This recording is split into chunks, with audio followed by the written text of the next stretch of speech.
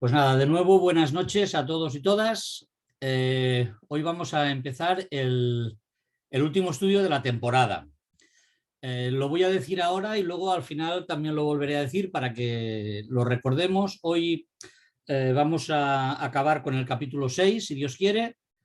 Leeremos del capítulo en el capítulo 6 del 13 al 20 y cuando acabemos el estudio de hoy, pues ya tendremos un periodo de no sé si llamar descanso, vacaciones, mejor dicho, de parada de estudio, hasta el 22 de septiembre.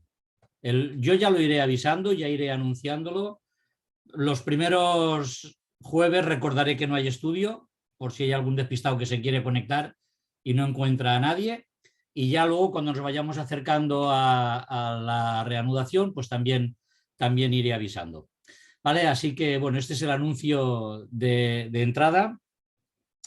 Ahora voy a pedir a Ricard si él quiere orar para empezar.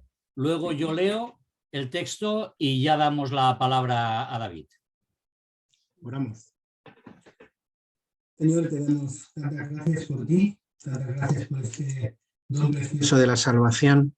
Y gracias, Señor, por esta epístola a los hebreos con un mensaje tan claro y tan relevante para nosotros hoy. Te damos gracias por la vida de David y pedimos, Señor, que tú una vez más le unjas con tu espíritu y que pongas en él palabra y le des la unción del espíritu y que aquello que ha de decir lo diga con tu poder y con tu denuedo y que nos haga bien tu palabra como bien dice la misma epístola, esa espada de doble filo que penetra hasta lo más íntimo de nuestro ser. Bendícenos, Señor, y abre nuestro oído para oír, nuestra mente para entender y nuestro corazón para aceptar tu palabra. En Cristo Jesús. Amén. Amén. Pues bien, como os decía, vamos a leer el texto propuesto para hoy, que es Hebreos capítulo 6. Leemos desde el versículo 13 hasta el versículo 20. Porque cuando Dios hizo la promesa a Abraham, no teniendo a nadie mayor por quien jurar, juró por sí mismo, diciendo: en verdad te bendeciré y en verdad te multiplicaré. Y así, habiendo esperado pacientemente, alcanzó la promesa. Porque los hombres juran por uno mayor, y para ellos la conclusión de toda controversia es el juramento como confirmación. Por lo cual, queriendo Dios mostrar más plenamente a los herederos de la promesa lo inmutable de su plan, interpuso juramento, para que por dos cosas inmutables, en las cuales es imposible que Dios mienta, tengamos un poderoso estímulo los que hemos huido en busca de seguridad para asirnos de la esperanza puesta delante de nosotros, la cual tenemos como firme y segura ancla del alma que penetra hasta lo que está en el interior del velo, donde Jesús entró por nosotros como precursor, hecho sumo sacerdote para siempre, según el orden de Melquisedec. La palabra es tuya, David. Muchas gracias. Bienvenidos todos. Espero que el Señor nos vaya a bendecir a través de ese pasaje.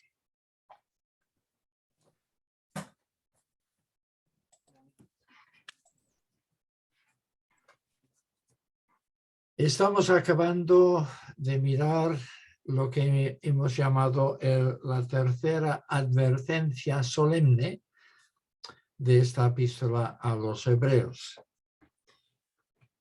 Pero si habéis prestado atención a la lectura, veréis que no incluye ninguna advertencia. El autor ha empezado con advertencia solemne en el capítulo 5, versículo 11, y en la primera parte del capítulo 6, pero luego se ha ido desviando a otros temas. Y a estas alturas preguntamos, ¿de qué va? ¿Cómo es que advirtiéndonos ahora empieza a hablarnos de repente de Abraham, de la promesa de Dios, de cómo Dios juró? y la importancia del juramento. ¿Qué tiene esto que ver con la línea de pensamiento del autor? Bueno, yo no sé si lo he entendido bien. A lo mejor alguien de vosotros puede ver mejor una conexión, pero mi manera de verlo es la siguiente. Empezado con estas serias advertencias, pero luego a partir del versículo 9 del capítulo 6 ha cambiado de tono y está dando palabras de ánimo. Pero en cuanto a vosotros, amados, aunque hablamos así, hemos sido persuadidos de cosas mejores. Y ha mencionado en el versículo 12 que ellos son de los que imitan a los que mediante la fe y la longanimidad heredan las promesas.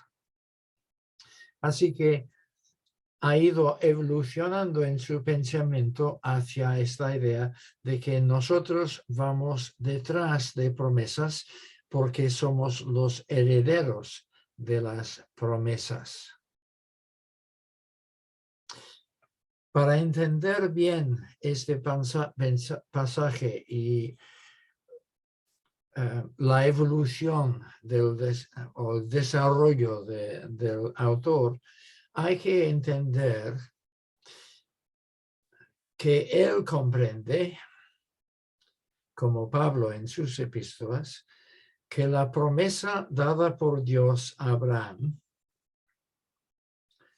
es el evangelio cristiano en forma embriónica. Porque, ¿qué es lo que Dios prometió a Abraham?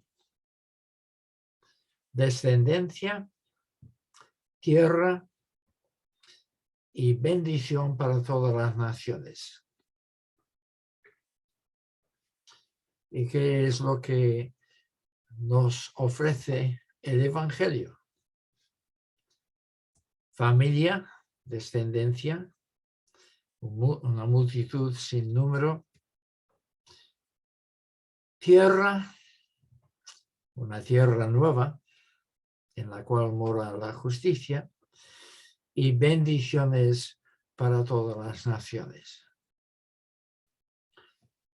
Por supuesto, la semilla plantada en Abraham iba a ir creciendo, floreciendo, extendiéndose a lo largo de la historia de la revelación divina hasta encontrar su pleno florecimiento con Cristo y los apóstoles.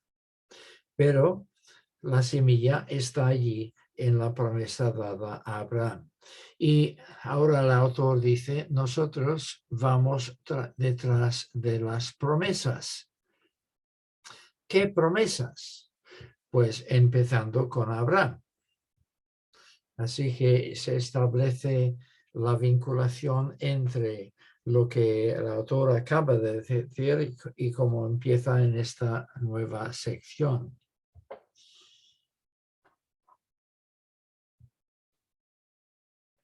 Él está animando a sus lectores a seguir fielmente en este camino. El camino no es fácil. Hay muchos obstáculos. También tenemos un enemigo que disfruta sembrando dudas en cuanto a las promesas de Dios. Y por lo tanto es necesario al llegar a este punto para mayor ánimo para sus lectores, confirmar la naturaleza absolutamente firme de las promesas de Dios. Y esto es lo que el autor pretende. Él quiere confirmarnos en nuestra fe. Y si al final de este estudio no te sientes un poco más confirmado, yo no habré sabido exponer eficazmente este texto. Así que prestad atención para que la culpa no sea vuestra y yo procuraré animaros. ¿De acuerdo? Versículo 13. Cuando Dios hizo la promesa a Abraham, y nos preguntamos, ¿cuándo fue esto?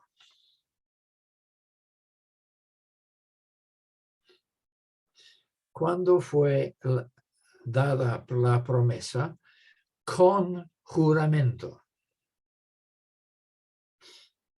No fue cuando Abraham salió de Harán y Dios le prometió descendencia y tierra en Génesis 12, versículos 1 a 3. Tampoco fue cuando Abraham y Lot se separaron en Génesis 13, versículos 14 y 15, aunque Dios ahí repite la promesa. Ni es cuestión de las palabras de bendición pronunciadas por Melquisedec en Génesis 14, 19, que retoman también esta promesa.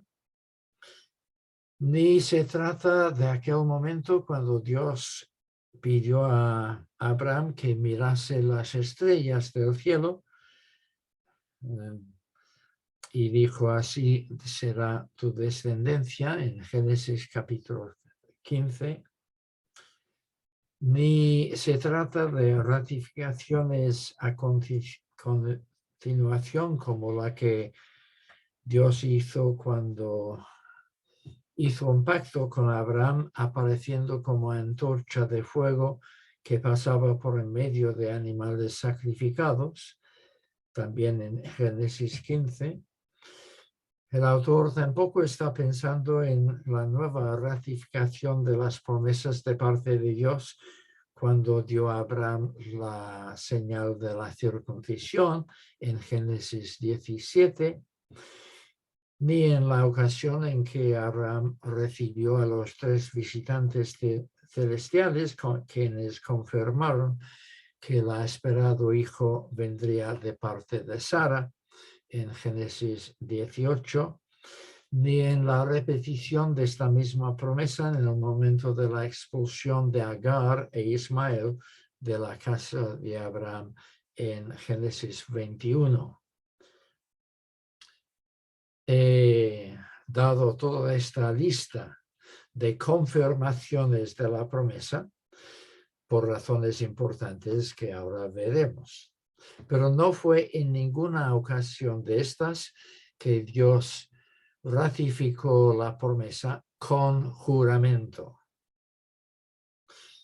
Esta ocasión fue después del sacrificio del monte Moriah, cuando Abraham iba a sacrificar a su hijo Isaac, aunque en el último momento Dios intervino para proveer un animal en sustitución de Isaac. Por mí mismo he jurado, dice Dios, ciertamente te bendeciré grandemente y te multiplicaré grandemente.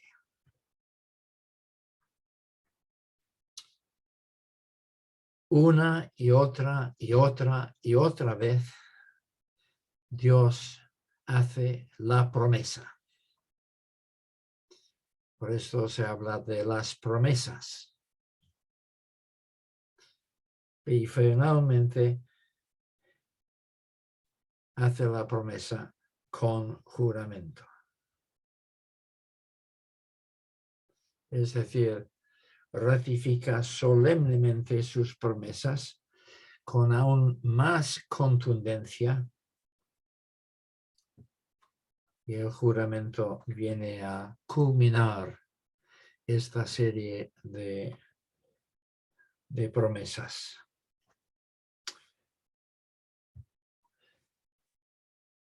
El versículo 15 Dice que Abraham, habiendo esperado pacientemente, alcanzó la promesa. A lo cual decimos al autor, mande, porque si recordáis el capítulo 11, versículo 39, dice que todos estos, aunque alcanzaron buen testimonio mediante la fe, no recibieron la promesa. Y entre todos estos está Abraham. Entonces, ¿en qué quedamos? ¿Alcanzó la promesa o no alcanzó la promesa? Desde luego, cuando falleció Abraham, tenía un hijo y 2 nietos. Yo no sé si vivió para ver alguno de sus bisnietos, no he hecho los cálculos, pero en todo caso, sus descendientes no fueron ni remotamente como las estrellas del cielo. En cuanto a la tierra, él tuvo una pequeña parcela que había comprado para enterrar a Sara. Pero por lo demás seguía viviendo como nómada sin tierra en propiedad. Y en cuanto a la bendición a todas las naciones, bueno, Faraón, Abimelech y quizás algún que otro gentil había recibido cierta bendición a través de la presencia de Abraham, pero mucha bendición no había habido. Ni iba a haber hasta que vino la simiente.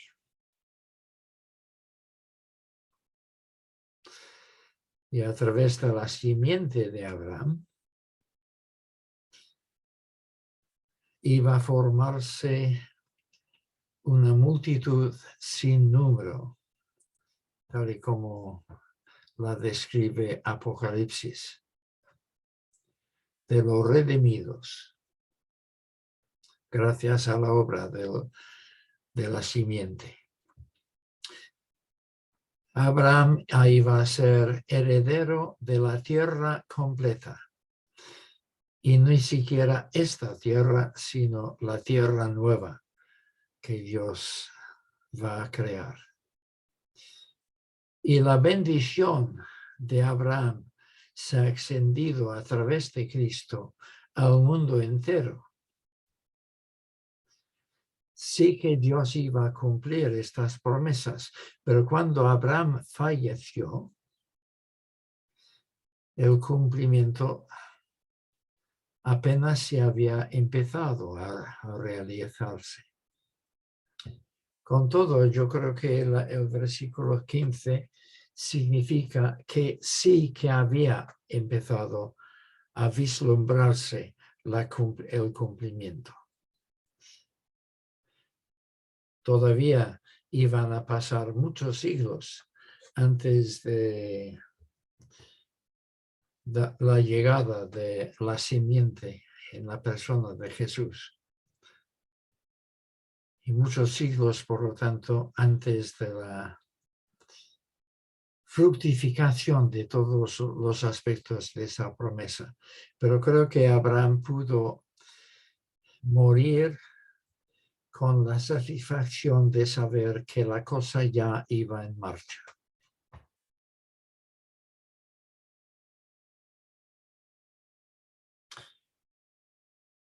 Bien, nosotros somos herederos de la promesa. Nosotros somos los que compartimos con Abraham estas mismas esperanzas de una nueva tierra, de una familia enorme, sin fisuras y rupturas ni nada feo. Y la bendición de Dios para todos. Pero el cumplimiento sigue estando en el futuro. Nosotros somos de los que mediante la fe y la longanimidad estamos en vías de heredar estas promesas. Entonces el autor quiere estimularnos, fortalecer nuestra fe, señalando ciertas características de esta promesa. En primer lugar, el hecho del juramento, versículo 16. Porque los hombres juran por uno mayor y para ellos la conclusión de toda controversia es el juramento como confirmación.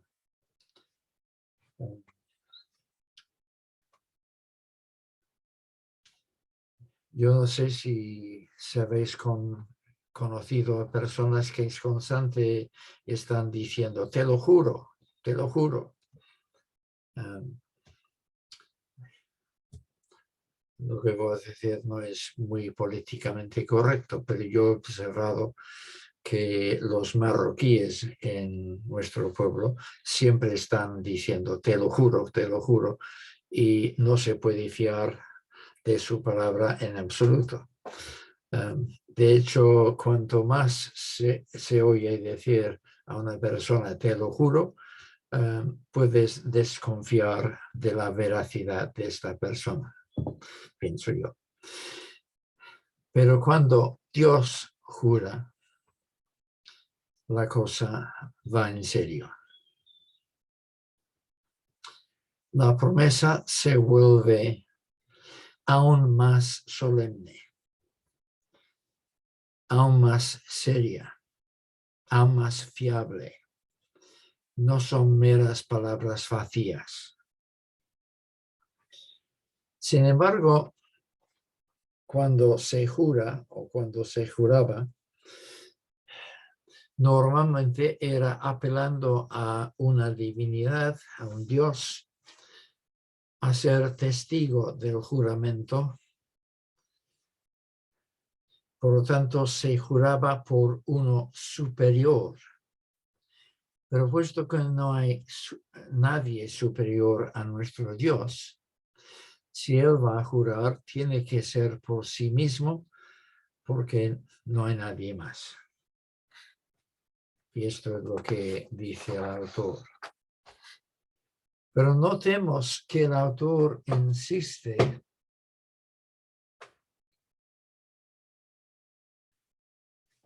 en el versículo 17 que el juramento que Dios dio a Abraham no fue solamente para confirmar su promesa ante Abraham, sino también para confirmarla para nosotros.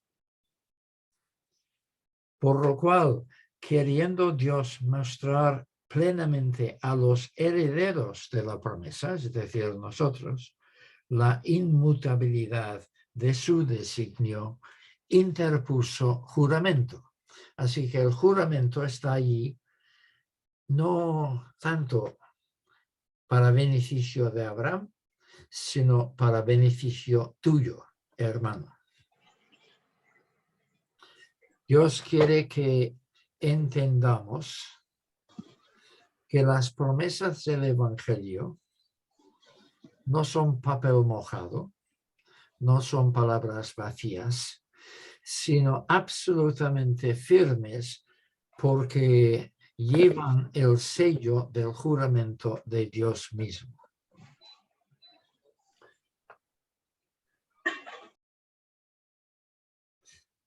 Para que por dos cosas inmutables, en las cuales es imposible que Dios mienta, tengamos un poderoso estímulo. ¿Cuáles son estas dos cosas? creo que es obvio que se refiere a la promesa inicial y al juramento que confirma la promesa. La promesa y el juramento juntos tienen que ser un estímulo para nuestra fe. Porque la promesa y el juramento indican la palabra de Dios y el carácter de Dios. Dios está jurando por sí mismo, por la absoluta fidelidad y fiabilidad e inmutabilidad de su persona, de su carácter. Dios no miente, Dios no cambia. Lo que Él dice, lo cumple.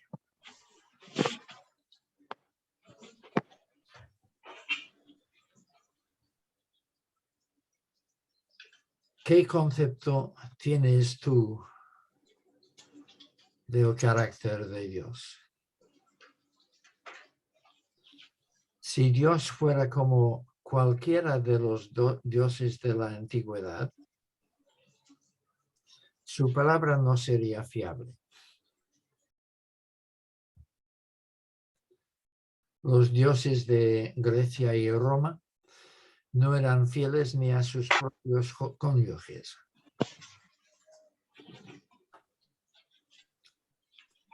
Se puede estudiar la mitología para enterarse de estas cosas. Nuestro Dios fue fiel a su pacto con Israel a pesar de las 1001 aberraciones de Israel. Su esposa le fue infiel una y otra vez, pero Dios sí siguió cumpliendo su promesa. Si entendemos mínimamente el carácter de Dios, sabremos que Él es fiable, totalmente fiable, permanente, inmutable, sólido como una roca. Y esto debe ser un fortísimo consuelo y estímulo para nosotros cuando nos encontramos en medio de las tormentas de la vida, zarandeados por las insinuaciones de Satanás y sus agentes. Porque vamos a recibir muchas contradicciones del Evangelio, contradicciones de la existencia de Dios y del carácter de Dios. Pero necesitamos volver una y otra vez a las Escrituras para reafirmar nuestra plena confianza en la inmutabilidad de Dios. Su palabra es firme porque su carácter es absolutamente firme y fiable. La otra cosa que el autor quiere que entendamos es que las promesas dadas por Dios con juramento sirven como ancla para nosotros. Creo que este es el único lugar en la Biblia donde se utiliza la ilustración del ancla para hablar de nuestra seguridad en la salvación. Si me equivoco, me podéis corregir. Pero si bien esta figura no aparece en más lugares del Nuevo Testamento, sí que era algo muy apreciado en las iglesias de los primeros siglos del cristianismo. En medio de mucha persecución, los creyentes no pusieron un pez en sus coches, sino un ancla. Así que ya podéis pedir a las librerías evangélicas unas anclas para poner en el coche.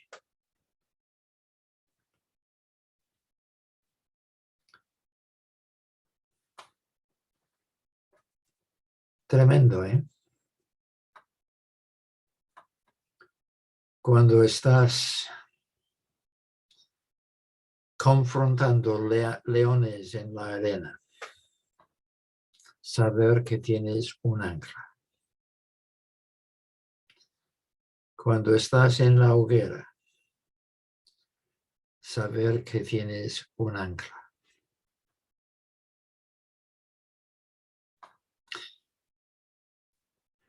Un ancla existe para dar estabilidad a un barco en medio del oleaje.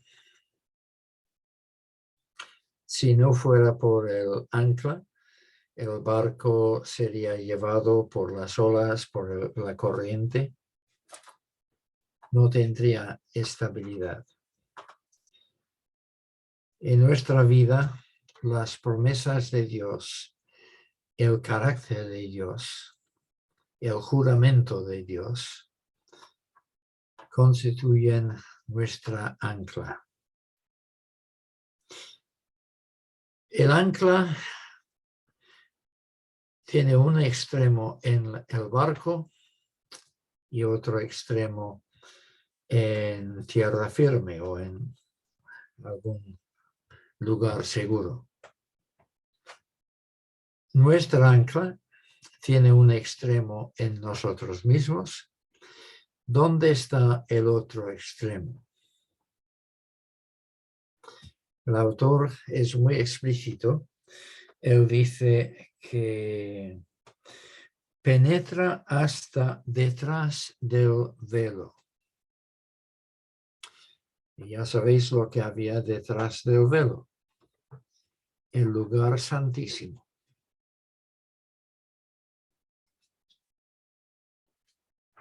¿Quién ha colocado nuestra ancla, el extremo de nuestra ancla, en el lugar santísimo? Obviamente, aquel que ha entrado en el lugar santísimo como nuestro sumo sacerdote, llevando consigo la sangre de su sacrificio en expiación de nuestro pecado y haciendo que tengamos acceso al lugar santísimo nosotros mismos. Estos son temas que el autor va a tratar en los capítulos siguientes de su libro. Cristo ya ha entrado en el lugar santísimo, llevando consigo la sangre, pero llevando consigo el otro extremo del ancla, colocando nuestra seguridad allí mismo, porque allí está el trono de Dios. Allí estaba el arca y sobre el arca el propiciatorio, el asiento de Dios, el trono de Dios, un símbolo del gobierno universal de Dios. Así que nuestra ancla llega hasta donde Dios está gobernando, lo cual indica que nuestra seguridad está en el hecho de que todas nuestras circunstancias, todo lo que nos pasa, está bajo el control de Dios. Incluso si tenemos que afrontarnos con leones en la arena o ser quemados en la hoguera, podemos saber que esta es la voluntad de Dios y que Dios nos protegerá más allá de la muerte para nuestra salvación eterna. Pero en todo caso podemos saber, tener esta confianza, que mientras vamos de camino a la tierra prometida, pásenos lo que nos pase, tenemos un ancla, tenemos seguridad. Nuestro Dios nos cuida. Pero al hablar de Jesús, que ha entrado como sacerdote en el lugar santísimo, el argumento del autor ha vuelto a su comienzo. Porque toda esta sección del 5:13 hasta el final del capítulo 6 ha sido una interrupción de su tema. Él desea exponernos el gran sacerdocio de Jesús. Un sacerdocio muchísimo mayor que el de Aarón y todos los sacerdotes levíticos. Ha establecido que Jesús es sacerdote según el orden de Melquisedec. Lo ha dicho en el capítulo 5, versículo 10. Fue proclamado por Dios sumo sacerdote según el orden del Melquisedec. Y ahora lo repite en nuestro versículo 20, donde Jesús entró por nosotros como precursor, hecho sumo sacerdote para siempre, según el orden del Melquisedec. Hasta aquí hemos llegado. Y en septiembre empezaremos a mirar el capítulo 7, porque este Melquisedec, rey de Salem, sacerdote del Dios Altísimo, etc. Y empezaremos a entender por qué Jesús es del orden del Melquisedec. Bueno, hermanos, yo no sé si os sentís más estimulados, más confiados ahora. Esta ha sido la intención del autor. Notemos otra vez que Dios hizo su juramento no solamente para beneficio de Abraham, sino para beneficio de los herederos de la promesa, a fin de que pudiésemos ver la inmutabilidad de su designio, para que nosotros tengamos un poderoso estímulo los que hemos huido en busca de seguridad. Esta frase no lo hemos comentado y concluimos con ella. Hemos huido en busca de seguridad.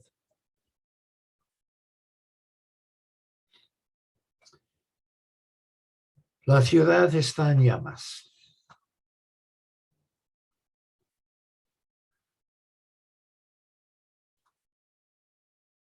Está bajo condenación. Los ángeles sacan a Lot y su familia casi por los pelos. Cristo nos saca a nosotros casi por los pelos.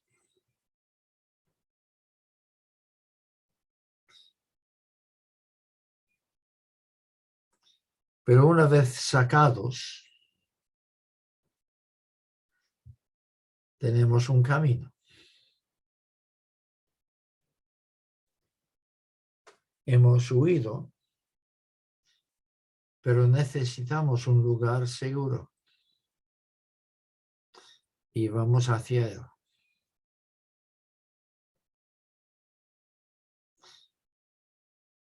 Cambiando un poco de metáfora, vamos en nuestros barquitos hacia el puerto de destino. Pero cuando el oleaje se convierte en tempestad, necesitamos tener seguridad aún durante el viaje, no solamente en el destino. Y por lo tanto, Dios nos ha dado un ancla.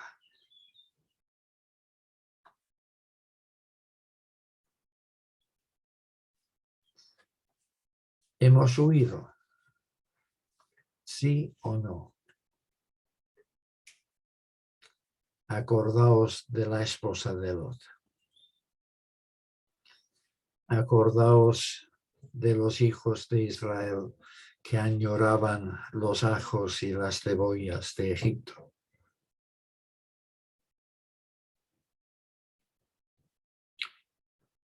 Su menú tiene que haber sido desesperantemente malo para añorar cebollas y ajos. Pero bueno, acordémonos, porque muchas veces decimos que hemos huido de la ciudad en llamas, pero en realidad seguimos teniendo el corazón en la ciudad. Aquí no tenemos ciudad permanente. Buscamos al porvenir. Nuestra ciudadanía está en los cielos, de donde esperamos a un Salvador. No digamos la frase, hemos huido. Asegurémonos de que realmente hayamos huido y vamos camino a esta seguridad que Dios tiene para nosotros. Y mientras tanto, afirmemos nuestra convicción de que las promesas de Dios son sí y amén. Son palabra y juramento. Dependen de su promesa, pero también de su carácter inmutable. Y así sigamos adelante, con buena esperanza, con gozo, hermanos. El camino no es fácil, pero las promesas son gloriosas. Una familia enorme. Herederos de la tierra, la nueva tierra. Herederos de las bendiciones de Dios. Gracias, Señor. Muchísimas gracias por la grandeza de tus promesas. Gracias por su firmeza, asegurada con juramento. Gracias porque el juramento nos habla de tu carácter inmutable, permanentemente fiel. Y gracias porque todas estas cosas se unen entre sí para darnos un fuerte estímulo. Un estímulo para que sigamos adelante, no volviendo atrás como aquellos cristianos judíos contra los cuales el autor tuvo que dar su admonición al principio de esta sección, sino siguiendo adelante con fe,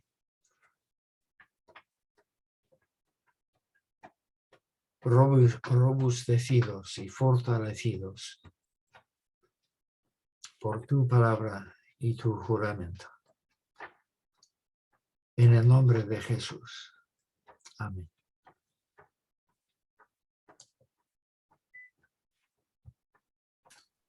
Gracias, David. Gracias, David, porque sí que es verdad que no has fracasado, ¿eh? No has fracasado. El aliento llega por la palabra del Señor y por el autor de Hebreos, que, bueno, por lo menos a mí me deja anclado en la seguridad de que el que prometió es el que cumple y no hay nadie mayor que él. Y eso es una seguridad. Gracias, gracias una vez más. Bueno, no sé, ¿decías? Pienso que es un buen texto para acabar el curso. Sí, sí, sí, sí. Muy bueno. No sé si hay algún hermano o hermana que quiera participar, que quiera hacer alguna pregunta, alguna aportación, o expresar su agradecimiento al señor. Carmen. Ahí te veo. Hola, buenas Adelante. tardes a todos. Hola.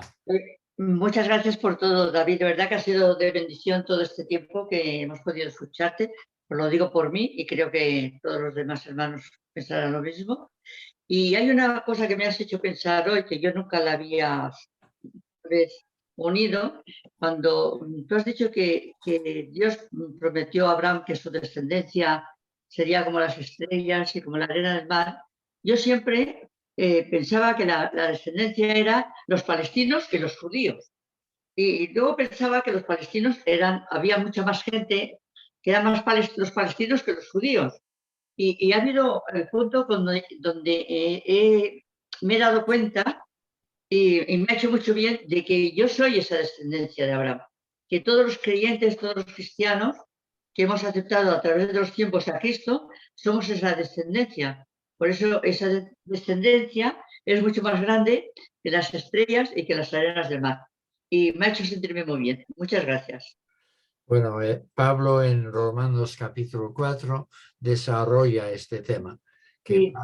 Abraham es el padre de todos nosotros que creemos, porque Pablo también indica que no todo Israel es realmente hijo de Abraham. Así que esto es un anticipo de la ilustración del olivo podado e injertado. Que Abraham tiene multitud de hijos gracias a la extensión del Evangelio, por el cual todos los que llegan a ser hijos de Dios son también hijos de Abraham. Pues muchísimas gracias. A ti. Me ha hecho mucho bien. Este punto, vaya. Muy bien. ¿Algún comentario más? ¿Alguna aportación? ¿Alguna duda? Bueno, pues si no hay otras participaciones, entonces sí, vamos a terminar, vamos a orar, a dar gracias al Señor por este tiempo. Y recuerdo que el 22 de septiembre volveremos. No hagáis vacaciones. Bueno, iros donde queráis, pero no hagáis vacaciones de abrir la palabra, de mantener el contacto con el Señor, de seguir leyendo Hebreos para estar preparados para cuando volvamos el 22 de septiembre, pues tener fresquitos los textos que David pues nos compartirá, nos aclarará, nos dará luz sobre ellos y nosotros daremos gracias al Señor por eso. Así que, si os parece, acabamos en oración. Señor, te damos muchísimas gracias una vez más, porque realmente tu palabra es magnífica. Cómo llega al corazón. Somos conscientes de las advertencias que encontramos en tu palabra, de la necesidad de reflexionar sobre nuestra propia vida, de pensar si realmente siempre tenemos la actitud de salir de la ciudad en llamas o estamos todavía ahí compartiendo cosas que no deberíamos.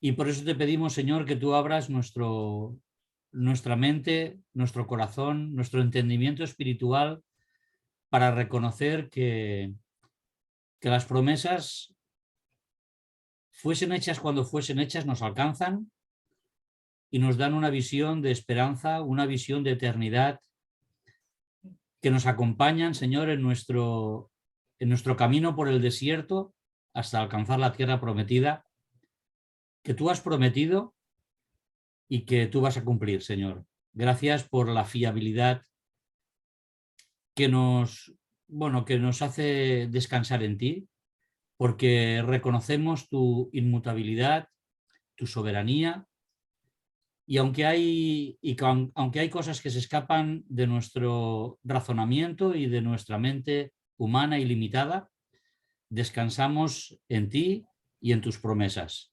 Gracias por David, gracias por su esfuerzo, gracias por la manera en que él comparte con nosotros tu palabra. Te pedimos que tú le sigas bendiciendo a él, a su familia, y que, bueno, pues que siga pudiendo llegar hasta nosotros con tu palabra. Muchas gracias, Señor. Despídenos, cuídanos, bendícenos hasta que nos volvamos a encontrar en tu nombre. Lo pedimos en el nombre de Jesús. Amén. Amén. Amén. Amén.